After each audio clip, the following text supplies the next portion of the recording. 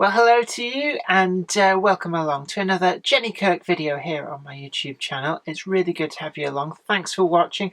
And today I want to look at something that's passed under the radar a little bit and do a bit of a comparison here. This is something new from Hornby, which may have escaped you up until now. So without further ado, let's take a closer look.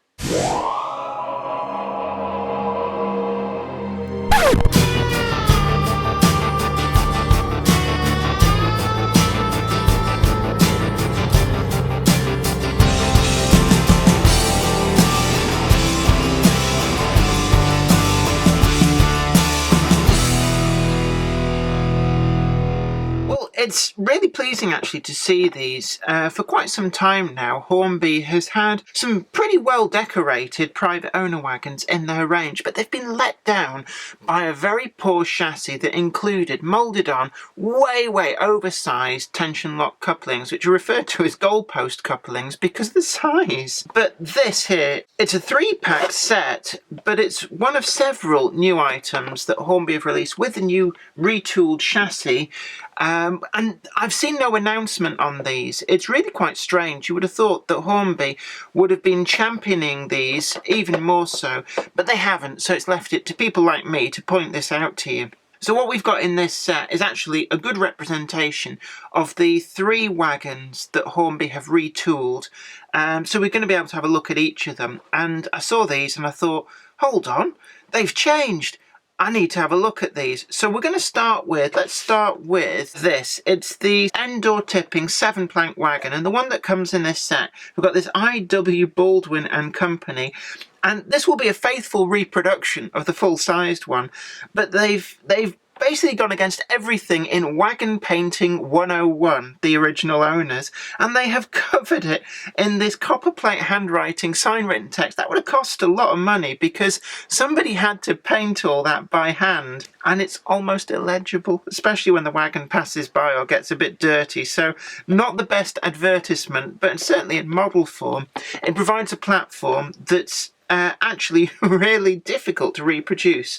Now, I think we're going to experience some technical difficulties in a moment because Hornby boxes have become notoriously difficult to get open. So I'll be back in a moment.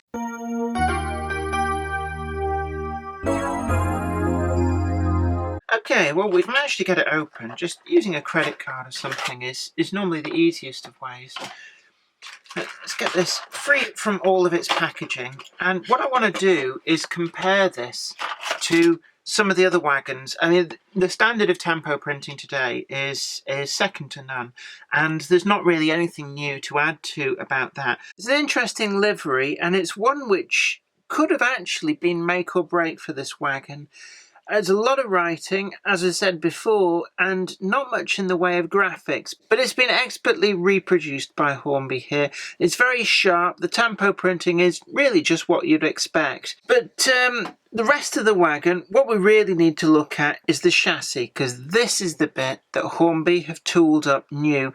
And really, when I was looking at this, it struck me just how good a job that Hornby have done. So if we're looking at the bottom of this wagon, what we can see is that, well, we've got the all-important slimline tension lock couplings in the NEM pockets. That's good. That's what really was a glaring thing that was missing from the previous versions that they've had out since the mid-1990s. But then all of this detail has really just caught my eye, and you can see the whole chassis framework detail, the underside of the planking, and even what appear to be the brake push rods, I suppose. Oh no, I see.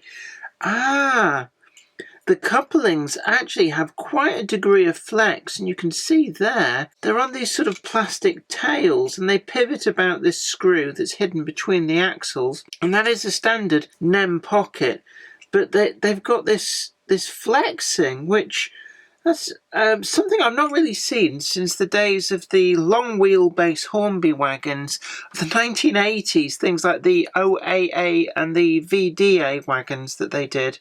That's actually quite an interesting thing there. I thought that they were brake push rods, and in fact, actually, from the side they're visible, and I'm not sure whether actually you would be able to see anything there. I'm not quite sure why Hornby have chosen to do it that way, but it kind of works for me. All the rest of this brake gear, we've got brake shoes that line up with the wheels, and they're actually quite close. They're within the actual swept area of the flanges, so they actually look quite crisp and nice. And then we've got an awful lot of relief detail on the W-irons, and the brake levers do look to be, they're certainly separately applied mouldings, but I have a feeling, they're ever so fine. When you look at it straight on there, they're so thin. It must be a metal piece, and that's something which the other manufacturers have not done. Now, I'm looking through here, and I think there's these 4 lugs, one in each corner, and it would appear, are they actually the clips that are holding the wagon body on?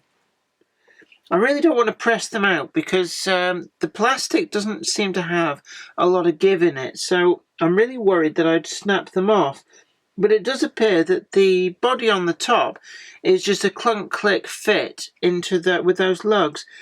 And it has to be said, the lugs are actually quite obvious on that.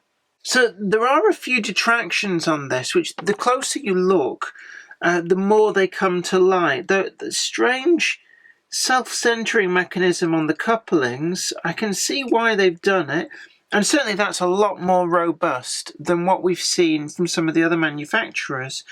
But even so, I'm not really sure, when they've gone to all this effort to model all of the chassis relief details, and then to have these pieces just proud and in the way there, and these lugs as well. I started out being really, really enthusiastic by these wagons, but there's some of these little features where you think, why have they done that? We've also got door hangers on the side, and they're quite a thick plastic moulding, but that's not to detract from the wagon.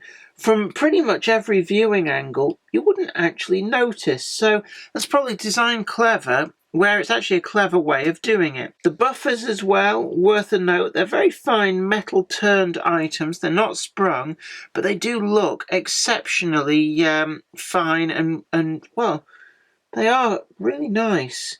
But now what I want to do here is I want to bring in a wagon from Bachmann and a wagon from Oxford Rail. Now these aren't exactly the same type of wagons, but I wanted to show you something.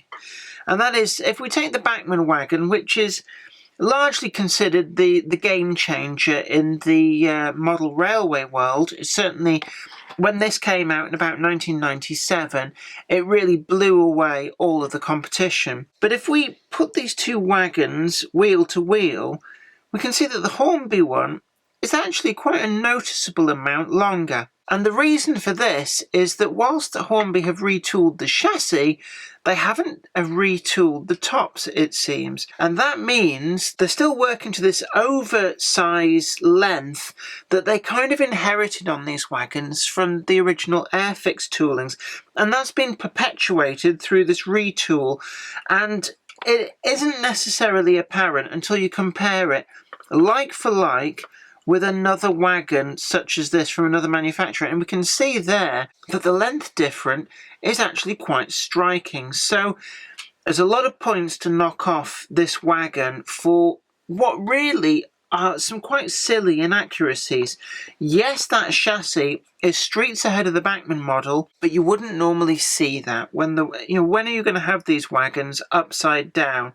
So it does seem to be a case of that they've taken the view that to compete with the likes of Bachmann, and also if we hold up this Oxford Rail wagon, we can see Oxford Rail up the bar, they added a lot more chassis detail.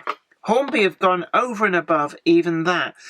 But I think that they've made a few silly mistakes on that wagon that really drag down the score for it. It is a nice offering, and it's one which is nice to see. Finally, I can buy some of the Hornby wagons with their lovely tempo printing, but I'm disappointed by the 7-plank wagon. Right, the next one that I want to bring out, I'm going to bring out the 3-plank. This, for me, was the highlight of the 3-wagon set.